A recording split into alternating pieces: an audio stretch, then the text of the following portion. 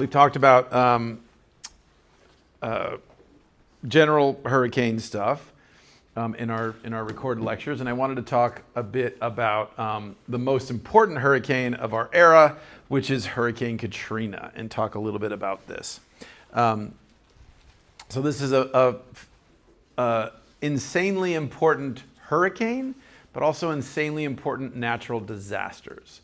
So just like in many respects we had the world before the 1969 Santa Barbara oil spill and the world after the 1969 Santa Barbara oil spill, same thing with Katrina. Obviously we've had hurricanes before, lots of devastating hurricanes, right? The Galveston, all those various ones, but Katrina is a big watershed moment, and so I wanted to we definitely need to spend some time in this class talking about that. So let's talk about Hurricane Katrina. This is 2005. Our campus was just a baby campus. We just opened up. My family just relocated here to help get this place going, and this basically happened. So I want to talk a little bit about the context of the storm before we get to what actually happened with this important natural disaster. But I wanted to just put this up to make sure you're getting the full scale of it. This was a massive storm. This was a storm that stretched almost from Texas to Florida. It was huge. And we have had huge storms in the past, but this is becoming now the new normal. I'll also say in the context of our exercise today, we'll get to that. Never mind. Okay. So this was end of the summer, 2005, and it was incredibly devastating. So as with many of our other disasters we've talked about in this class, it's a mix. How stuff actually plays out is a mix of the threats and the constraints that we have, and our ability to create technical responses to deal with that threat, right? So engineered safety things, engineered escape things, engineered more rigorous resistive structures, that kind of stuff. So both those things together tell us what's going on. So in the context of early New Orleans, it was really, let me turn these lights out. It's a little bit light in this room still. Let's try that.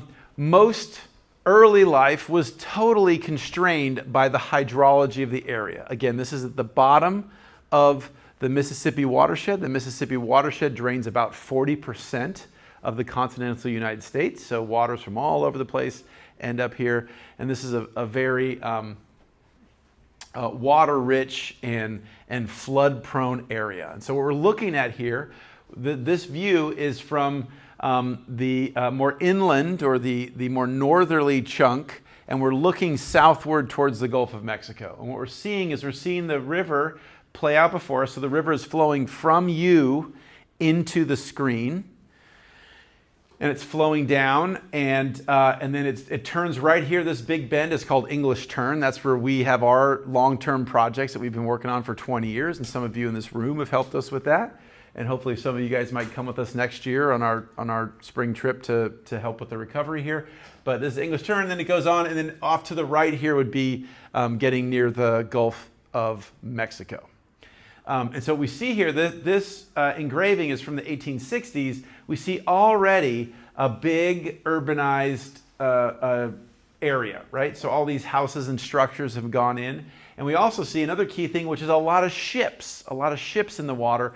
So back in the day, I mean, it's still true, but especially back in the day, this was the lifeblood of commerce. This is how we got food out. This is how we got refined products in. So the airports / highways / train networks of the days were all, or almost all, rivers. And so this was a huge commerce thing going up and down. And where we lived determined was much determined by how the water moved around. So I'll just have a note right here as we look. In 1860s, in this view of the picture to the left, there's lots of humans, right? There's lots of urbanization. There's lots of cities, and this little this church here. This is where the French Quarter is. You guys have all heard about the French Quarter. This is where the French Quarter is. And then we see cities and all that kind of stuff. If we look off to the right, not so much. There's a little bit of city stuff going on right here in the foreground. And in fact, this is the area where they service the ships, service the vessels that needed repairs or something like that. But then as we kind of go farther up, note there's not a whole lot of people here, right? So hydrology is determining a lot of that.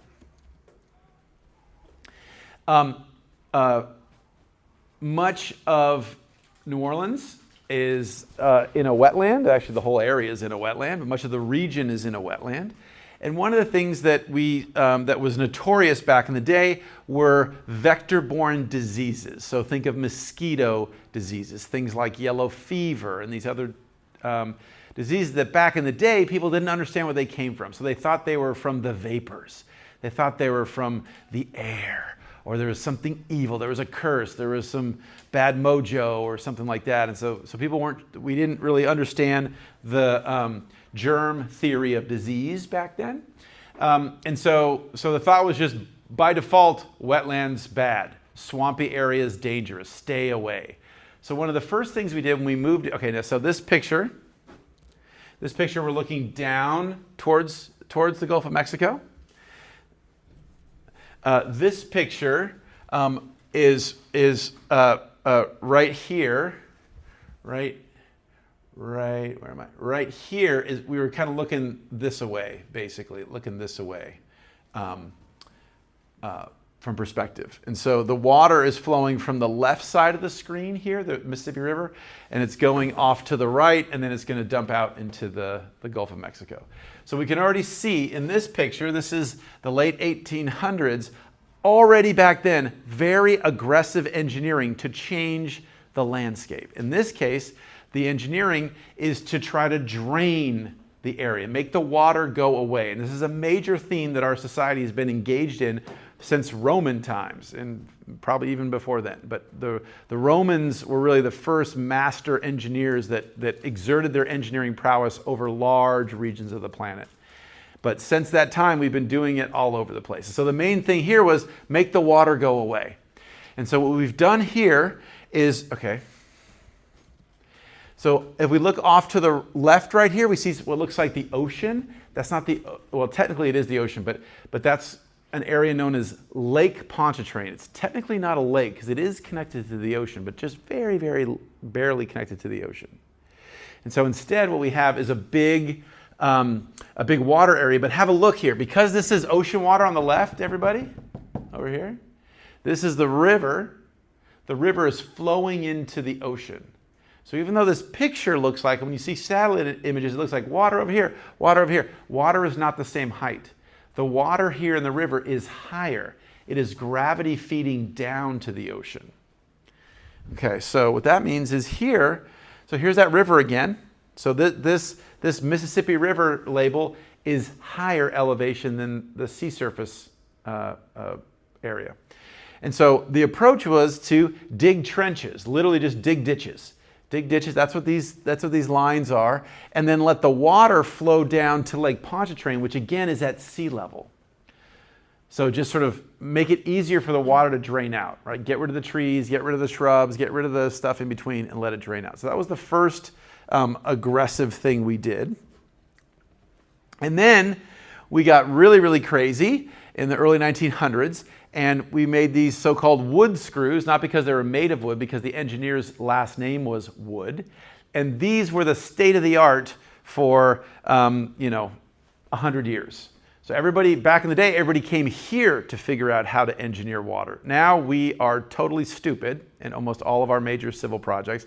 Now other countries, in particular Northern Europe, is much more sophisticated about handling flooding and water. So now we go there to learn from them how to do large-scale hydrology. But anyway, back in the day. So what this was, so essentially this is a pump. And these wood screws could go 24 hours a day, 365 days a year without needing to be serviced. They are an engineering marvel.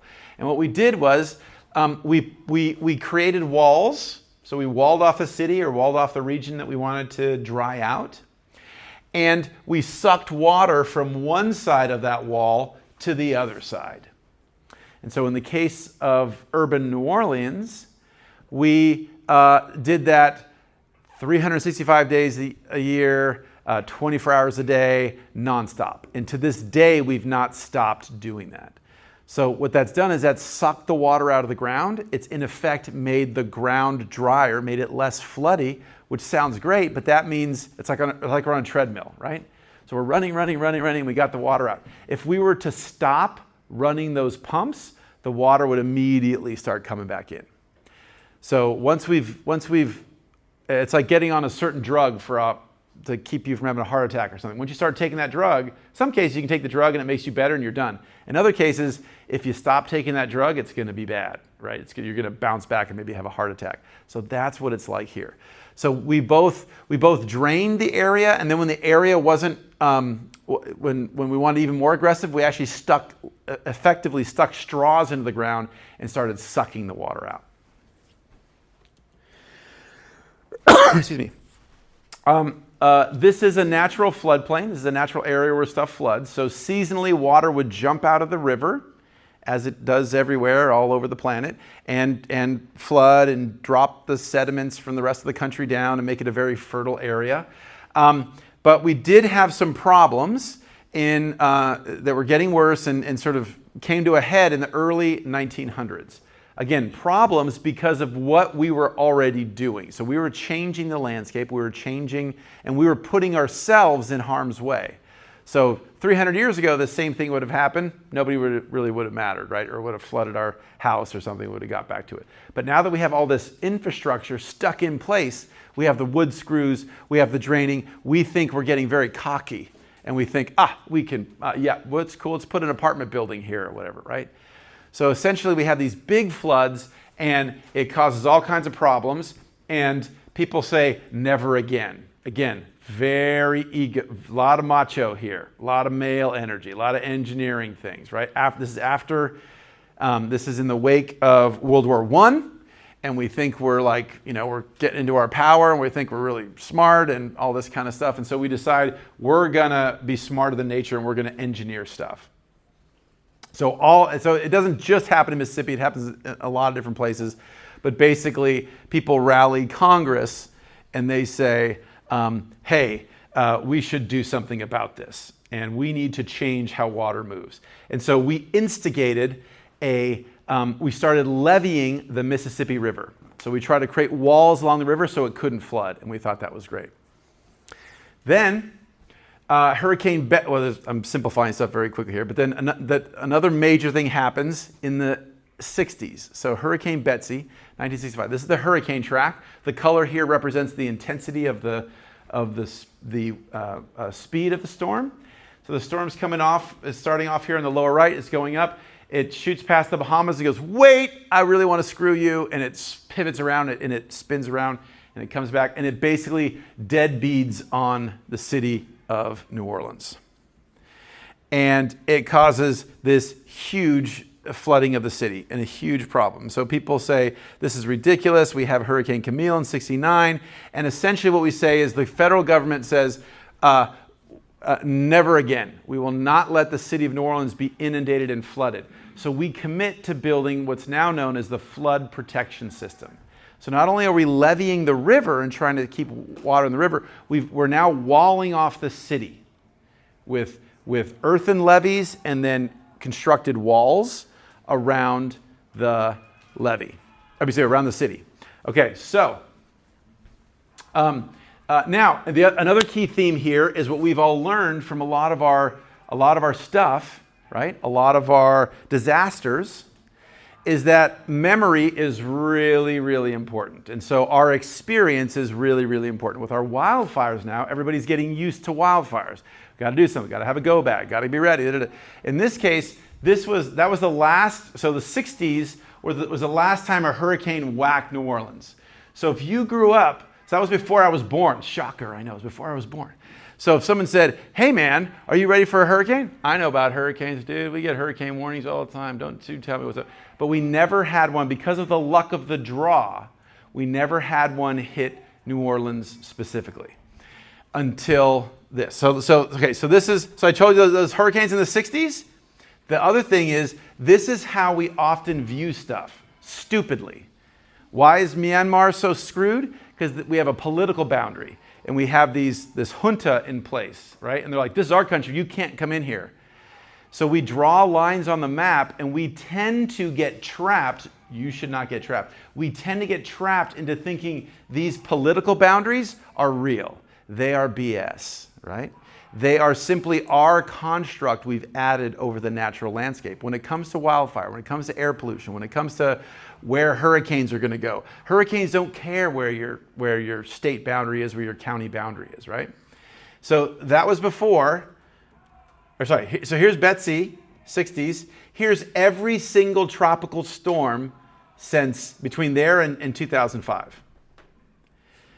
So, yes, a direct hit did not happen to New Orleans between this time because of luck, but I would suggest that it's foolish to think that you were somehow sacred, or you were somehow blessed, or you were somehow like that's the norm, right? This is the norm. The norm is all of these storms. Now, not every single one is a major hurricane, but still, that's the landscape. All of these storm tracks are all over the place.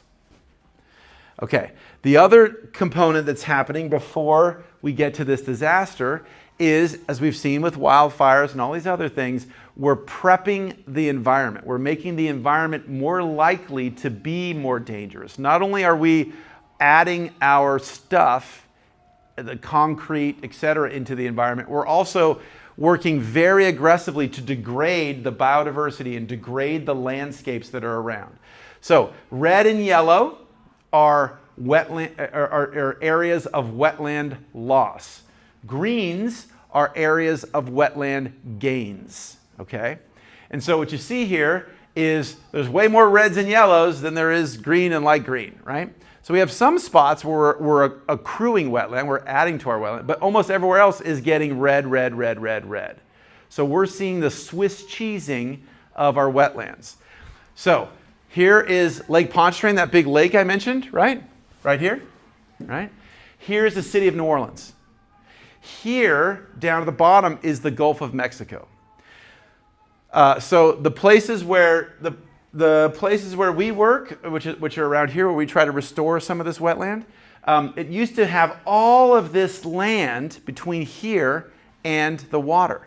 So if we're a hurricane, as you guys know now, hurricanes are fueled with hot oceanic water, warm oceanic water. As soon as that hurricane comes onto land, it's still going to be a strong storm. It starts to weaken. The longer it's over land, the less strong it is. So the more land, what people talk about is effectively a speed bump, right? A speed bump. So if we have a lot of land between, say, the city of New Orleans and the Gulf, that's more weakening of the storm. That's making it less problematic, less dangerous. Okay, and I should also say that we in California, in context, we in California have the unfortunate distinction of having lost the greatest proportion. This is a perfect quiz question. You guys should write this down. The highest proportion of wetland loss in the U.S. So we have lost, it's probably more now, but we've lost 91% of our historic wetlands, meaning the wetland, let's say 1850, let's say when we started the state. So the last 150 odd years, we've lost 91% of our wetlands. The 9% that remain are not kick butt and awesome and great, but nevertheless, if we measured it out on a map, we only have 9% of those remaining. Louisiana has lost about half of their wetlands, but they have many more wetlands than we do. So California is the greatest proportional loss of wetlands in the US. Louisiana is the greatest quantity, outright acreage, the total area. The greatest loss is in Louisiana. So we're the greatest proportional, Louisiana the greatest quantity of wetlands. This is what that looks like. This is your fellow students, in the boot tip of the state of Louisiana. What we're looking at, so that we're on a road, so I stopped the van and they got out and they're looking. And so my students here are looking out and it looks like an ocean, right? It looks like a lake or something. And then we see some cypress trees, which are a key foundational species in a lot of these swamps. And then we see like, what the heck's that? There's some houses.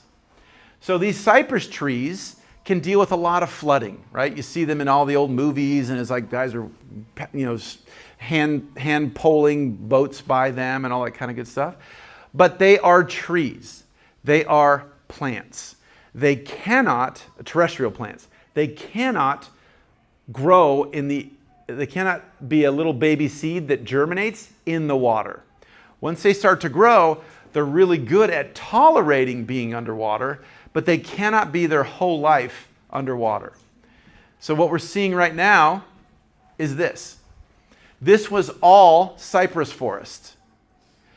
But as the Swiss cheesing, as the loss of our wetlands have happened, this has now become open water. So these trees, it looks like there's trees here. This water is never going away.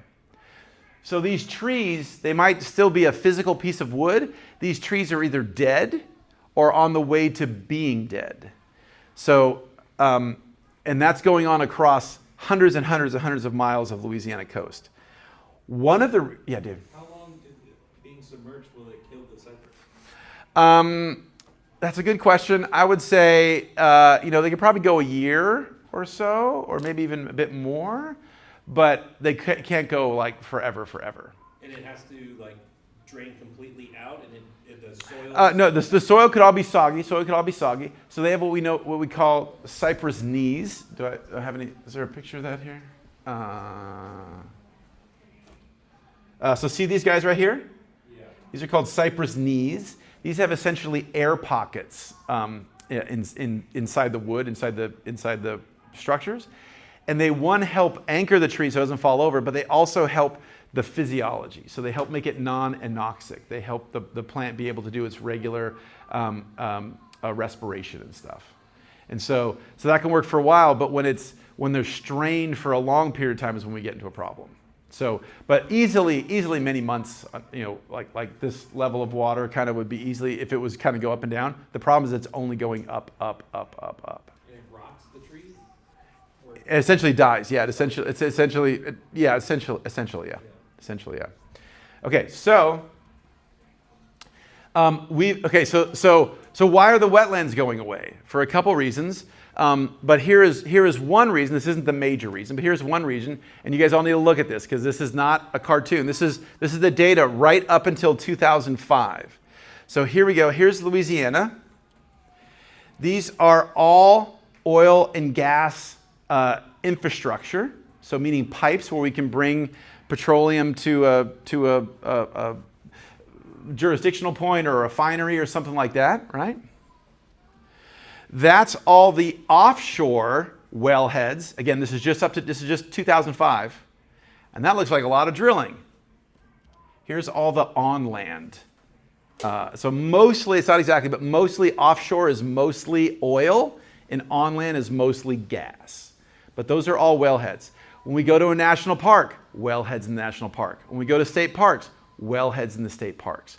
So oil and gas run this state. Completely run the state.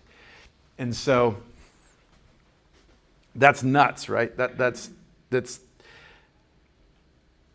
I think it's an objective statement to say that's not a sustainable thing to do. But it's not just that. But because there's so much oil and gas, it's like a gazillion. If we had a straw, if you and I had a straw, jammed it in the ground, and I started saying, suck this straw, right? Maybe or imagine if we had a straw in a glass of Coke and we started sucking that straw, a little bit of a suck wouldn't have an impact. But if we were sucking a lot, eventually the level of Coke is going to start to go down, right? We're going to suck the volume of the stuff underneath and the surface area is going to go down. So there's so much oil and gas extraction happening. That is actually happening. The issue is we call that subsidence. But oil and gas, while they're responsible for some of the wetland loss, they're but a fraction of the story. So we have subsidence from a couple different factors. One, the extraction of oil and gas. Two, the fact that we've walled off or levied off some of these areas and makes the water hard to get there. Just the fact that it's in the air or drying, that will lead to subsidence as the organic material in the soil rots away much faster. So both those things lead to subsidence. We have some background level of subsidence, and then we have a massive increase in that background because of the oil and gas extraction. Okay, as that's happening, we also have sea level rise going on at the same time. Again, there's some background level of stuff that would be happening no matter what we did, but we, with climate change, are radically changing that rate. So we're dramatically increasing the rate of sea level rise. Then we have our levees, right? And so this is the biggest problem. So these are all real: subsidence, sea level rise, levees, nutria. But by far and away, the biggest problem are levees. Another great quiz question.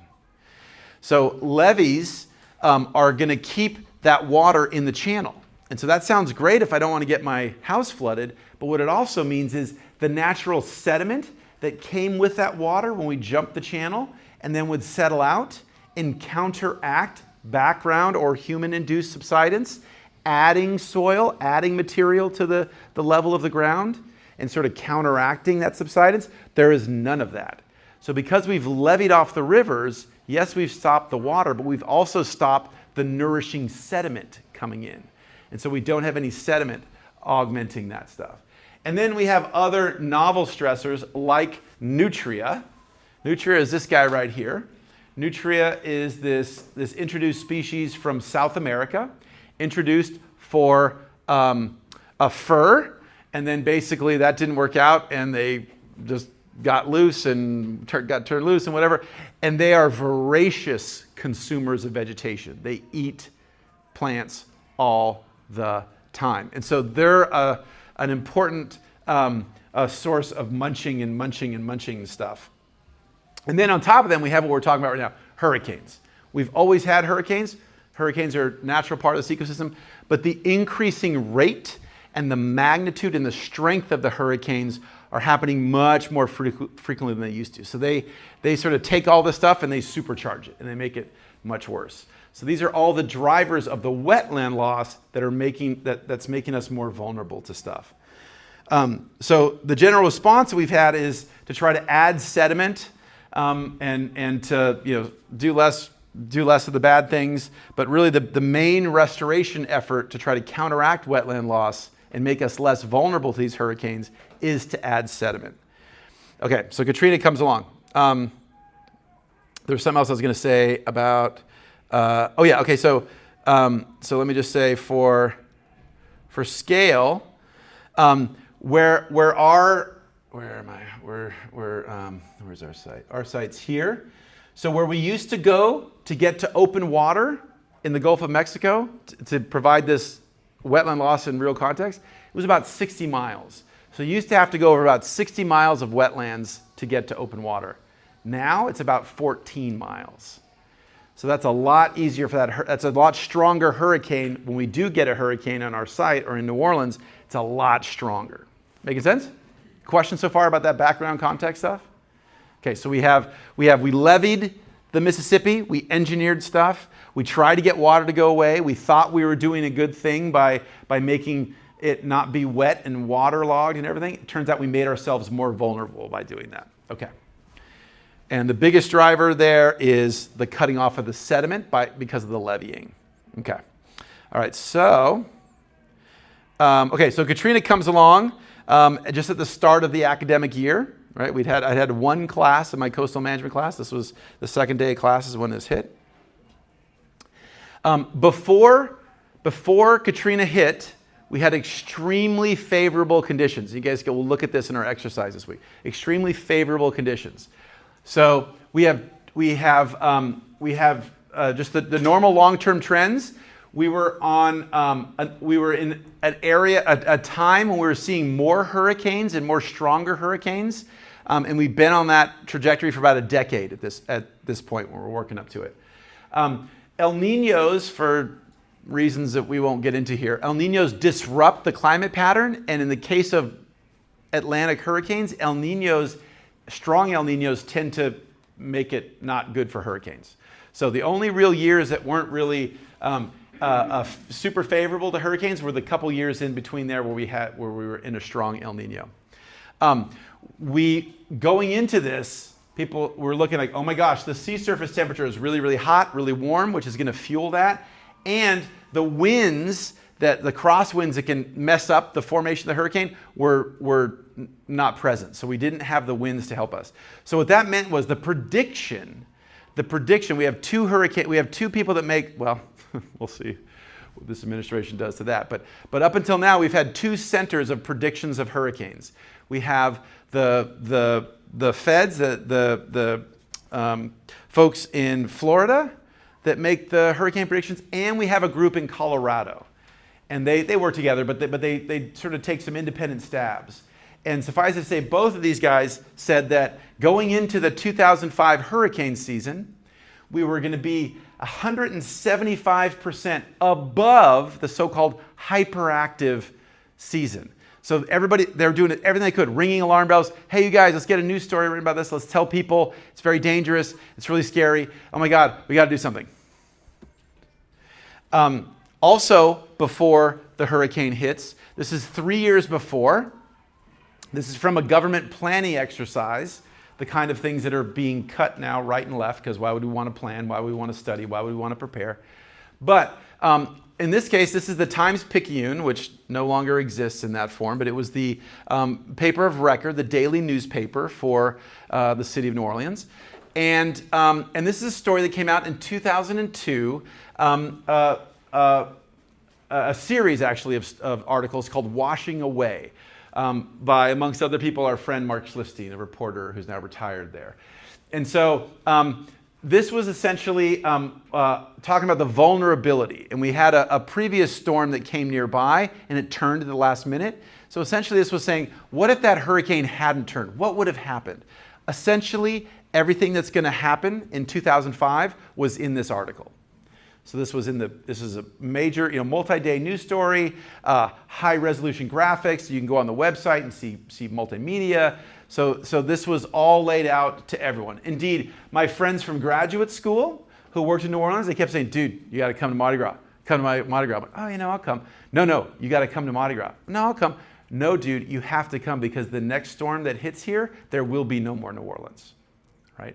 So this was widely known. This was not some secret. This was not some weird theoretical treatise. Everybody was doing everything they could, or many people were doing everything they could to warn people, get prepared, we need to do something, etc. Okay, so then Katrina comes. This is the storm track of Katrina. She's coming along, and then boom. Then she starts to intensify, boom. Here comes the eye, boom, and then zip right into New Orleans. So the initial impact, as always, we focus on the graphical, right? So we focus on the salacious, the scary pictures, the disaster movie type of stuff that shows up. And so this is what's known as, on the left here, Canal Street. This is one of the edges of the French Quarter, basically. This is a major thoroughfare, and you see these people flooded. You see all this inundation, coastal inundation. The water has risen. You see some people that didn't evacuate that are like there and they're going, oh my God, the winds are so strong. And then we start to see some of the initial images of infrastructure failing and breaking and that kind of stuff. To give you a sense of the scale of the federal disaster zone, this is the federal disaster. I've not colored the little tip of Florida. So down here over to the right, I'll just note that this little tip of Florida got hit first, and so that they also received a federal disaster declaration. But the big story is here. The big story is in Louisiana, and essentially the whole state of Louisiana is a disaster zone, and the surrounding parts of the surrounding states as well. And so I've put California up here for scale. So if you look at how much of this, just this core Louisiana area, right, we're talking about, most of Southern California would be under one disaster declaration. So this was a large-scale disaster that impacted a bunch of stuff. As we will see here, we're now going to start to have two different stories. And this is essentially every single disaster since then, I've seen this, which is, and it's not nefarious, it's not people trying to be jerks, but there is the popular place, the well-known place, in this case, New Orleans, and then there's the outside area, in this case, the rural areas. Both areas massively impacted by this disaster. But there's also differences, right? There's differences in the urban area, there's differences in the rural area. In this case, in addition to just those, so the same Lahaina, right? So Lahaina wildfires. The wildfires impacted the city of Lahaina, which everybody knows, tourist, famous place and everything. But also, when the Lahaina wildfires happened, there were 5 major wildfires across Maui, right? You hardly hear about the other ones, right? We hear about Lahaina. And the local people get very upset about that. They're like, what about us? Don't forget about us, right? Totally understandable.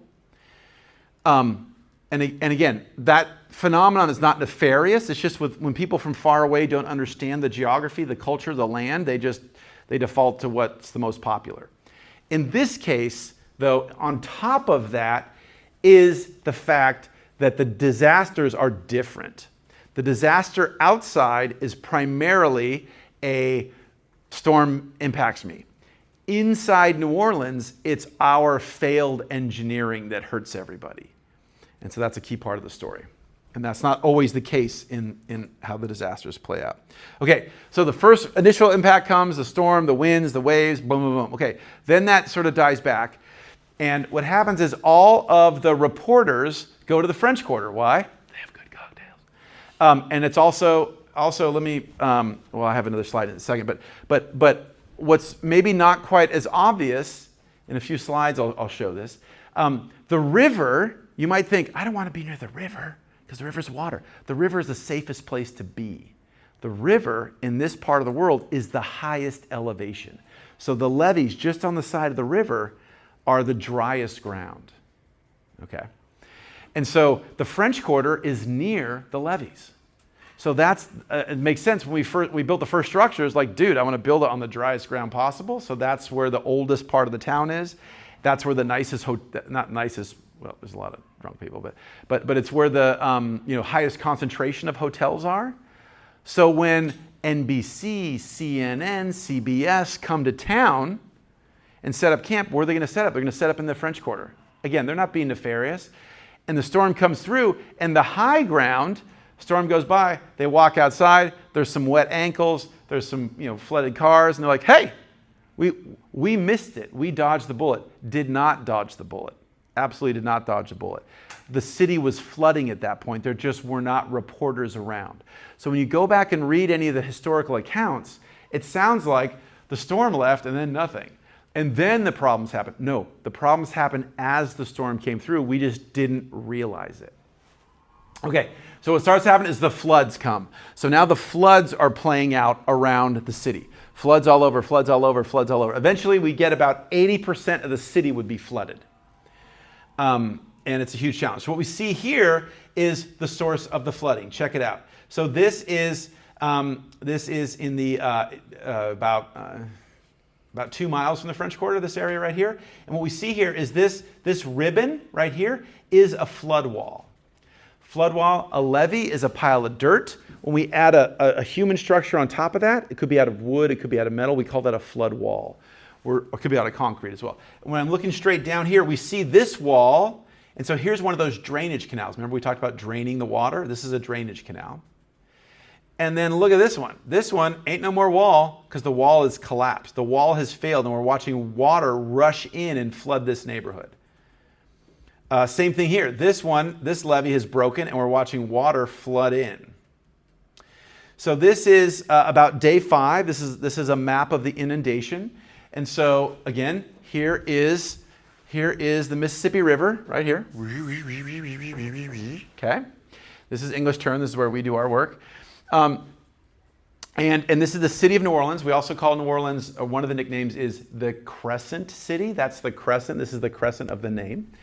And so the French Quarter and the wealthy neighborhoods, the Garden District, those are mostly right here, right up against the levee. And so we see those are the areas that are dry. So this is the amount, how deep the water is, the color. So you see those areas are basically free from standing water, right? Now their house might be damaged from wind or something, but there isn't water. All these other areas are where the water is. By day 21, we'd done an absolutely Herculean job of, one, we had to wait for the water to equilibrate. So one, we just sat around for a bit and the water was flooding in for a few days. We had to let the pressure equalize. Once the pressure equalized, then we started dumping sandbags and basically trying to repair these levees. Once we got the levees repaired, then we turned on the pumps and started the straws again and started sucking the water out. And so this is, people said at the time, 6 months. It would be 6 months to get the water out. Massive, massive effort. And within about 3 weeks, much of the water was gone. But this is the kind of phenomenon that we saw. So here's a quote where this guy is in his home, and look at how deep the water is in his home. He said, and so he was stuck, the storm happened, he stayed here for a few days, and the quote is, "It was time to leave when the skin on my fingers and legs started to peel away." As this is happening, almost everybody evacuates the city. So just about everybody heeds the warning to get away. But a few people chose not to, but the vast majority who quote unquote chose not to didn't have a choice. They didn't have transportation. They didn't have cars. They didn't, maybe they didn't own a car, or maybe they were on like a dialysis machine and they're afraid to leave. They might lose their medication. So most of the people that did not evacuate, it wasn't as if they didn't want to evacuate. They just didn't have the means to get out. And we see the same thing with wildfires, see the same thing with other disasters all around. So as that happens, the next story that starts to play out is the social breakdown. Oh my God, end of the world. And you hear this all the time. Lord of the Flies. It's mostly BS. It's almost all BS. In the wake of these disasters, most times neighbors help neighbors. Most times people help people. Not everywhere, but the vast majority of places. People are like, hey, checking on my neighbor. Do you need water? Do you need this or that? So the scenes like this would go around, and it was like, oh, these dumb people looting, stealing, what a bunch of jerks, right? Was there looting? Of course. Were people stealing some televisions at the place? Of course. But that was a small fraction of the total stories. Most of the people that quote unquote looted were not trying to enrich themselves, they were desperate. So for example, what you see here on the left side is out in front, I think this is a Walmart, you see a security guard, right? He's got a shotgun. He's not stopping anybody from going in and taking stuff from there. He's saying, chill out, be calm. People are getting water, people are getting diapers for their babies.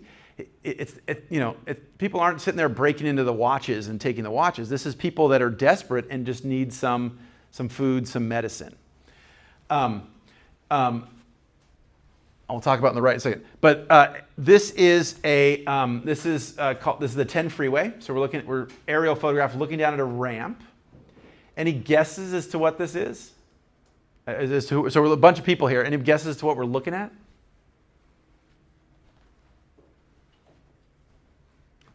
Someone make a guess. Carolyn, make a guess. Yeah. Who the people are. Okay, good question. Yeah, good. So maybe there are people protesting the stuff or whatever. No, this is about a day or, I don't remember. I have to go back and look at my notes. This is like a day or 2 or 3 after the storm. That's the New Orleans jail. So the jail went subtidal. And so the police force grabbed the folks that were in jail and said, if you stay in these cells, you're all going to drown. So they grabbed the prisoners, no transportation, no buses left, and they essentially marched them up onto this freeway overpass, which was one of the few places they, thought could be dry. And so now that the storm has passed, can't take them back to jail. It's 95% humidity. It's about 95 degrees out. And some of these guys just stole the car or were drinking one night or something. But there's also some bad folks there, right? There's also some people that were raping folks or murdering folks or whatever, all together, all sitting in the sun. Ain't no shade. A very challenging situation to manage, even under an ideal circumstance, right? Add on the fact that nobody's bringing you food. Ain't nobody bring you food. I can tell you many stories, but I'll skip around. Okay, so then the other thing that happens is the historic planning had a few emergency rallying points. So hey, if we have a disaster, go here. Unfortunately, those places were deemed, because of a FEMA analysis, they were deemed they were no longer good. They weren't structurally sound. We're not going to use those. But they didn't designate new places. So what happened was, this was at the convention center. This is the Superdome. People that were left in the city after the storm died down, they went to these places thinking that's where I always heard there would be help. So they went there, no help. No federal government, no nothing. And this is really, really important. So let me explain this to you youngins, what was going on. This is 4 years after 9/11. 9/11 was a massive watershed event for our country. We changed the whole federal government. We created a new entity called Homeland Security and pulled all these different entities into it. Very controversial. A lot of the U.S. Patriot Act was passed, which we have the distinction of being detained. Me and some of our students were detained one time under the Patriot Act because people thought we might be terrorists. So the Patriot Act went into effect. Very controversial, changed some civil liberties and stuff of that nature. The bargain was, the government said, well, terrorism, we have to do some things that you might not like, but we got to keep you safe, because the most important thing is to keep you safe. That's more important than democratic stuff, than privacy, than all these other things. And the trade-off was, we will make you more secure. So that was the deal that the American people were offered, and we went down that path. When this happened, there were no people helping us, certainly from the federal government, especially in the early days. There were Coast Guard folks flying helicopters, but that was about it. So when these people went to the convention center, there was no FEMA there. There was no National Guard there. The National Guard's headquarters was flooded. They couldn't even get all their high water vehicles flooded. All their communication, or most of their communication, flooded. So this infrastructure was insane. So in Spike Lee's documentary, one of the things they talk about is these folks that are stuck for days. I'm not talking about hours. I'm talking days. People are dying. American citizens are dying. And some Canadian reporters get to them, and the Canadian reporters have water. And they realize, oh my God, all these moms that are nursing, nobody, and all this stuff, old folks, they don't have water. They start handing out water. And the quote was, how the hell can the Canadians get down here and give us water when our own government can't? And again, I'm not talking about the immediate hour or two or three. We're talking days afterwards. And so there is story upon story upon story of national reporters in this flooded city talking to the then head of FEMA and the head of Homeland Security and saying, how come the convention center doesn't have water? And 3 days after the storm, the head of Homeland Security is like, I've not been made aware of that. Which is not, it seems very hard to know how that could possibly be, because New York Times, LA Times, Chicago, CBS, everybody and their brother is reporting this. So our big security agency that's going to keep you and I safe if some bad guys come and do some bad stuff, they don't know that people don't have food or water. There is some major problems here. Okay, the next thing that happens is we notice the infrastructure is seriously compromised. So all kinds of problems. This is an oil rig that's now like on the beach. This is a guy that's now paddling because he can't get his vehicle around, so he's driving around. This is, it's a classic vision. Here's a barge. This is not in Louisiana. This is in Alabama, I think, or Mississippi. But a barge is now in the middle of the road. They couldn't get that barge gone. They eventually had to slice it up and just destroy the boat because they couldn't figure out how to refloat that barge. Fires break out, right? Gas lines break, etc. In this case, this is near one of our sites. This is an area called Chalmette. Massive refinery underwater and oil everywhere. So to give you guys a sense, let's watch this one little story, and then if you guys need a break, we can do it. So this is day 10. Let me reiterate. This is day 10 after this major disaster has happened.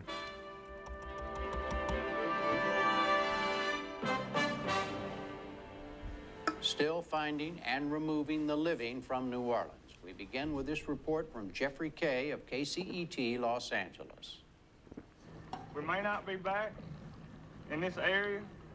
They're talking 60 to 80 days before the water goes down. I understand that. So I strongly urge you to get out now. Coaxing residents to abandon their homes is not in the job description of Louisiana State Wildlife and Fisheries agents. I understand your loyalty to your animals, but you're going to run out of food and water, and you need to take care of yourself right now. Normally, this time of the year, game wardens would be out in the countryside for the opening of the dove hunting season. But with some 60% of the city of New Orleans waterlogged, their department has dispersed a flotilla of flat-bottom boats for search and rescue missions. A lot of locals are used to flooding, and they still think this thing's going to go down in a couple days. So we're having a hard time getting in their head. This could still be a few weeks before we get, even with them pumping out right now, getting all the water out. Even if it's a real serious medical issue, then we may force them to leave. Yeah. So if you could tell our airboat operator, he's number 1, you're number 2, and when we get to 27, we're going to start sending them out to the east. Teams from Louisiana and around the South have used hundreds of boats.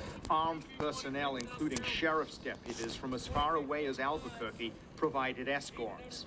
Officials say the heavy weaponry and bulletproof vests were necessary protection. They worried about a repeat of earlier incidents in which snipers had fired at police and aid workers. As a law enforcement, I never would have dreamed I'd have to wear body armor to come rescue people, unfortunately. But, I think the last few days they've gotten it under control. We really haven't had any incidents. And That's key. I'm wearing We'll talk it about it. because you don't know. I mean, there's a lot of people that's been in here for a week, and I'm sure there might be a sense of cabin fever, and they don't know who to trust maybe at this point. This operation yesterday was in southwest New Orleans, close to the Garden District. Throughout the city, the waters are gradually receding, but they're contaminated by toxics and waste. And the flooded neighborhoods lack basic services, including communication. Many stranded residents haven't heard about the extent of the damage, and thousands have insisted on staying put. Then I saw the water, and then I was like, well, it's going to rise up a little bit, but I didn't expect it to go this bad. So by the time it got to this point, I was like, well, I might as well just stay. Why? It really ain't no bother to me. Do you have any power? No, sir. Running water? No, sir. Sewage? No, sir. But I'll make do. Somehow, some way. Independent of state agents, National Guard troops conducted their own search and rescue operations in heavy trucks. The U.S. Coast Guard patrolled from the air, and private boat owners came to offer aid. Shannon Gamewell brought his boat to New Orleans from Arkansas to be a nautical good Samaritan. I just talked to my wife and I said, look, if you were here and Hallie was here, I would want somebody like me coming to get you. And that's not, don't get me wrong, I'm just a redneck with a mud buddy, but in this type of situation, that helps. We got transportation till we leave. We just here till that water go down, then we gonna go on out. Gamewell came across Shirley Johnson and her family and loaned her his cell phone so she could call her daughter in Atlanta. Tiffany, this is Shannon. Yay! We still at home. We waiting for the water to go down. I'm so glad to hear from y'all because we've been thinking and worrying. Yeah, I know. It's okay, Shirley. It's all right. It's okay. So we gonna be there, yeah. Later, as seen in video shot by a NewsHour producer, Gamewell encountered Warren Mahoney, a stroke patient. Since I had the stroke, I need my medication and stuff like that. Out of medicine? Yeah. I got enough medicine last couple of days, but I need that blood pressure medicine. Now, you stand right there, okay? Put your cane down and use your cane. Lean on your cane because I'm coming. I've got to come up, okay? Gamewell helped Mahoney to his boat, flagged down a passing Air Force helicopter, and helped carry the disabled man to the chopper so he could be evacuated.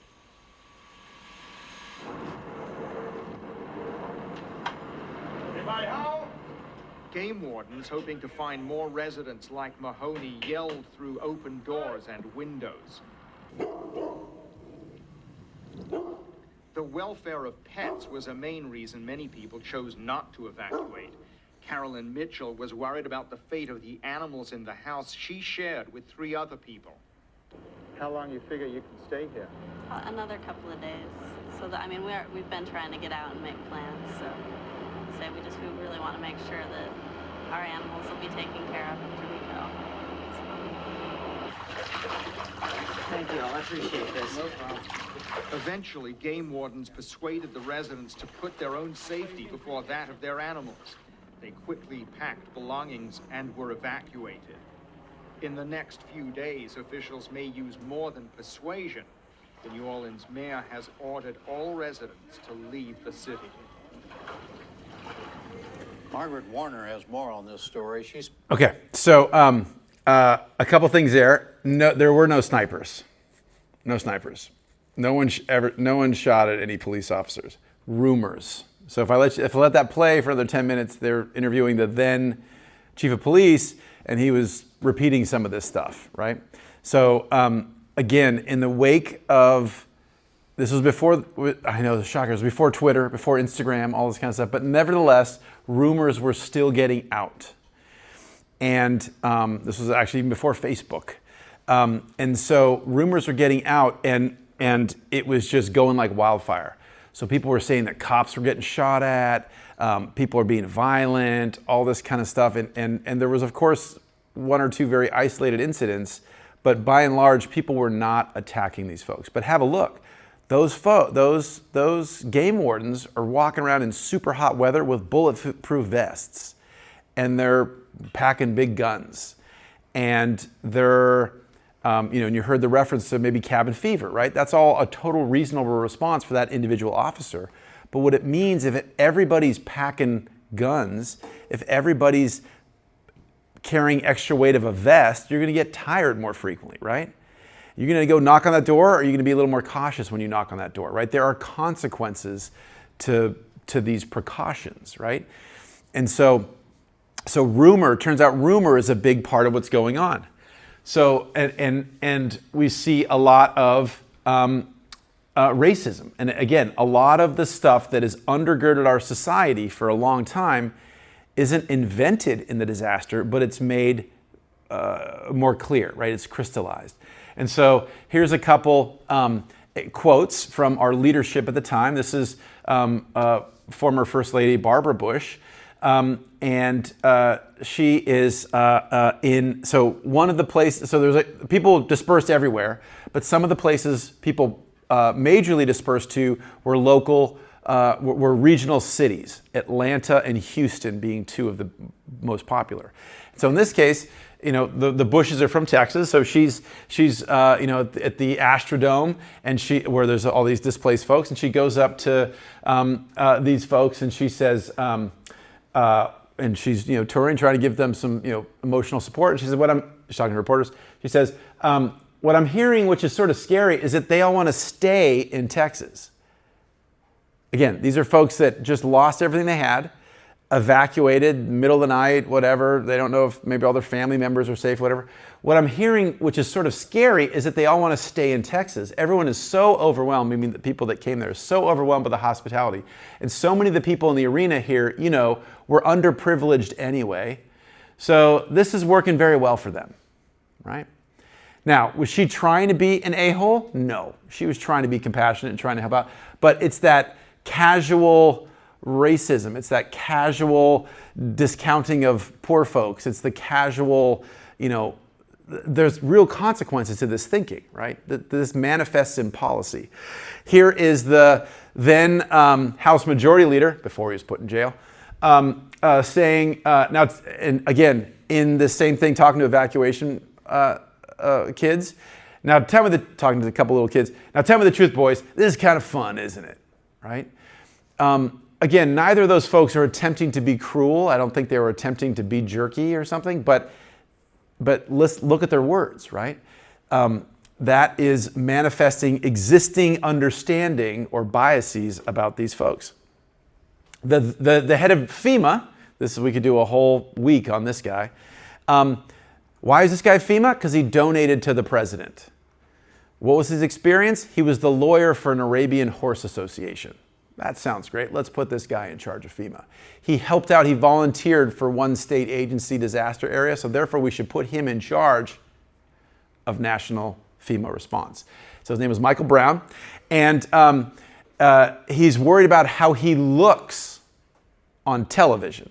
So the quote is, "If you look at my lovely FEMA tile, you really vomit. Am I a fashion god? Anything specific I need to do or tweak? Do you know of anyone who dog sits? Can I quit now? Can I come home? I'm trapped now. Please rescue me," right? Now, we can all take quotes out of context, but I would suggest that doesn't sound like someone who's obsessed with getting people help.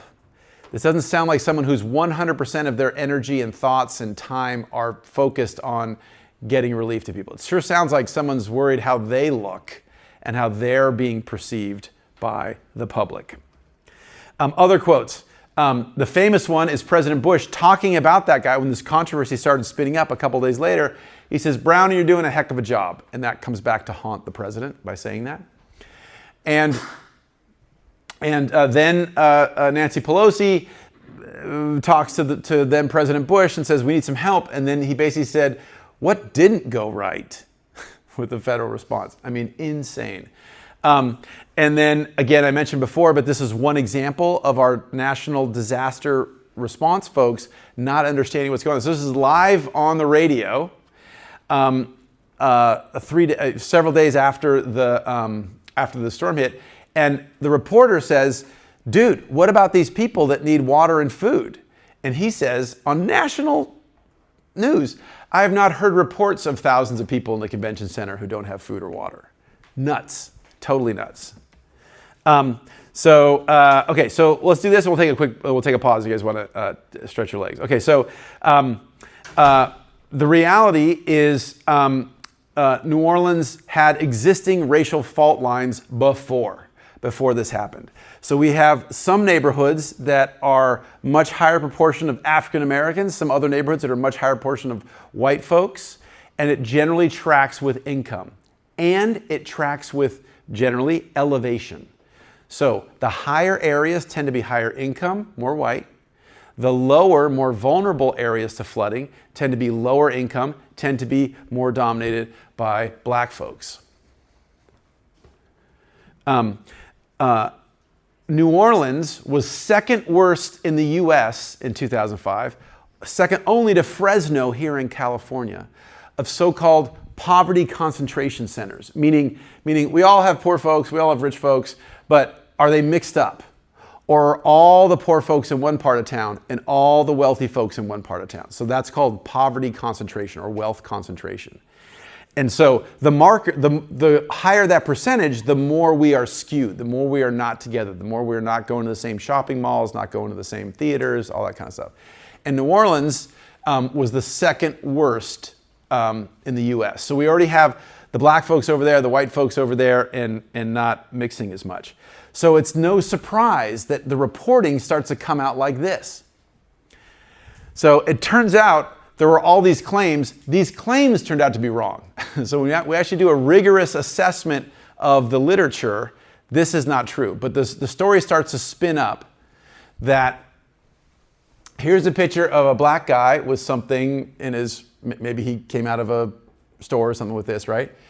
And the argument was that, when black folks are depicted in the wake of the disaster here doing stuff, they're described as looters or negatively or nefarious, bad, doing bad things, right? Whereas when white folks are in similar pictures or similar portrayals, they're described as finding stuff, right? And so then that just stokes. Again, this was not real. This was not, these are real headlines. I don't mean to say that, but what I mean is when we did an analysis, there was no consistent pattern of that. But everybody was so primed to see this racism, it fed into all the preconceived notions, right? And again, in the wake of a disaster, we don't have access to all the data. We don't have access to internet. We don't have access to all this stuff. So this starts to spin up a bunch of controversies and further anger people. Yeah, I'll just say that there's pre-existing fault lines. Okay, so let's get to this point and then we'll pause. Okay, so to show you just a little bit of what the wetland impacts were like. So this is the red area is the part that I've blown up here. This is like the boot tip of Louisiana. And these are some offshore islands. And so this is what they look like beforehand. We do not have anything like this in our part of the world. So this does not exist in California or on the West Coast. This is a phenomenon of very eroded coastlines. Southern US, Eastern Seaboard, that kind of stuff. Where Dr. Patch grew up, they have these, but we don't have them here. And so these are called barrier islands, and the ground is so shallow, what's happened is sand has accumulated here. And so the side facing the wave energy is like what we would see at Ormond Beach or the beach, Sandy Beach. But then behind the beach, vegetation can fill in. So mangroves or trees or marshland or whatever. So that was before the storm. And here's a picture of the same start before the storm. This is right after. So we mentioned, I also mentioned that the hurricanes themselves can act like a wetland knocker outer and making the whole area more vulnerable. So this is the scale of damage from this one storm that was happening. So the estimates were from this one storm, this one event jumped us forward about 100 years in terms of the wetland loss we would have otherwise had. So it was a huge, stressful thing. And it just ripped out all kinds of stuff. This is a place that we went and inspected. Okay, we had Hurricane Katrina, that hit. So Hurricane Katrina goes up here. Here's New Orleans, this side of the state. Boom. 3 weeks later, we have Hurricane Rita. If we hadn't had Katrina, Rita itself would have been a horrible disaster. Most of you have never heard the term Rita because it gets caught up in it's the lesser of the storm, so people don't think of it. It went up this side of the state. And so we went to go look, not with the class, but with some other colleagues. We went right after the storm to go inspect this. This is Holly Beach. This is the poor person's place to go to the beach, right? So it's hot in the south. It's very humid. It's like, oh my God, it's hot in the summer. It's muggy. So people like to go to the ocean because it's breezy, it's cooler. You go take a dip in the water. Many of these areas are developed and they're expensive resorts and it's all this kind of stuff. This was an area that was where folks of more modest means could go. And many of these folks had houses. So this was sort of much more affordable housing. So this is what it looked like before the storm. This is right after. And so there was a massive erosion. So this is when we visited, or this is the second time we visited? Or was it the second time? I can't remember. It was one of the times I visited.